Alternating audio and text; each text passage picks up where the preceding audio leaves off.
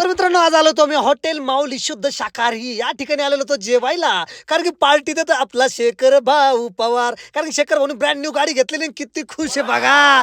अरे टिपरमेट गाडी घेतली दादा तू. आता तुला खिशातून हप्ते भरावं लागल. एक तर ओला उबर मध्ये धंदा नाही, मी व्हिडिओ टाकतो आणि तू गाडी घेतली. माझा भाऊ पण हात दूर आला, त्याला काय खायचं काम आहे फक्त.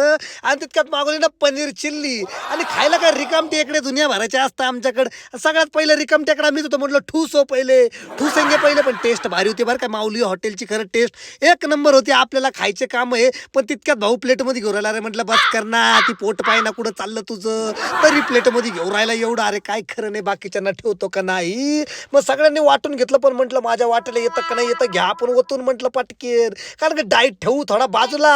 कारण की असं खायच्या टायमाला डाईटला विसरून जायला पाहिजे. वेगवेगळे आयटम आले भाई इथं खायला, पण वेगवेगळे आयटम म्हटलं टेस्ट करायला काय मजा वेगळी असती. म्हटलं आता काय आयटम आहे काय माहिती, काय मागवलं मला माहिती नाही. पनीरचा पण एकदम गरमागरम म्हटलं डायरेक्ट ठूसेंगे आपण.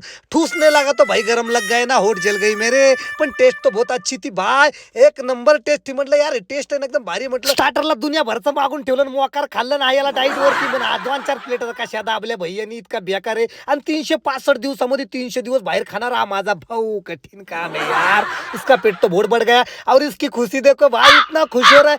बकरा हलाल होने से पहले ऐसा ही खुश रहता है मेरे भाई. अभी देख डायरेक्ट आ गया ना भाई, क्या दूध शेव भाजी. हमारे इधर की दूध शेव भाजी ना एक नंबर आहे भावांनो, एकदम जबरदस्त. काहीच विषय नाही बरं काय. मग काय त्याच्यामध्ये नान मागवली ती पण बटर नान. म्हटलं याला आज बिलची पर्वा करायची नाही, आपण नुसतं ऑर्डर करायचं काम आणि बिल भरायचं शेखर दादाचं काम आहे यार. म्हटलं येऊ द्या, टेन्शन घ्यायचं नाही, काय खायचं तर खा म्हटलं. पूर्ण जनतेला आपल्याला कुठं खिशातून बिल भरायचं. म्हटलं अजून एखादी भाजी मागवा म्हटलं. मग काय खिमा पनीर खिमा मागवला, सगळे पनीरचे आयटमच मागवले. कारण की आज खायचं नव्हतं ना, आज काहीतरी चतुर्थी का काहीतरी होती भाई, त्याच्यामुळे नाही का सगळं व्हेज मागवलं. नॉन व्हेजचा विषय नाही ठेवला. पण तितक्यात आलं ना ताक, अरे बाप रे बाप. इथलं ताक पिलं ना भावांनो, डायरेक्ट मन प्रसन्न होऊन जाईल तुमचं. आणि खरं तर एक नंबर ताक होतं भाई. मी पिलं ना भाई तर डायरेक्ट मला इथं आवडतं झोपूनच घ्यावा चहा ऐका. बिना चकण्याचा टॉप टू बॉटम मारून घेतला तुमच्या भावाने ताकाचा पॅक. आणि बरं ताकाचा पॅक मारला, जेवणाच्या नंतर कोणी पापड मागवतं काय यार.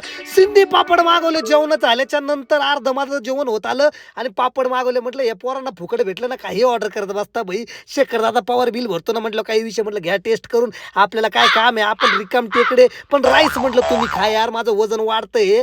मरू द्या म्हटलं, दुनियाभरचं खाल्लं वजन वाढतंय. काही खरं नाही. आता फायनली जेवण सगळ्यांचं झालं, पण याचं काही जेवण होईना यार. हा खातो का मजा करू राहिला, 1 तासापासून जेवायला बसलाय. सगळं उठून गेला अख्खं गाव आणि राहिला हा फक्त.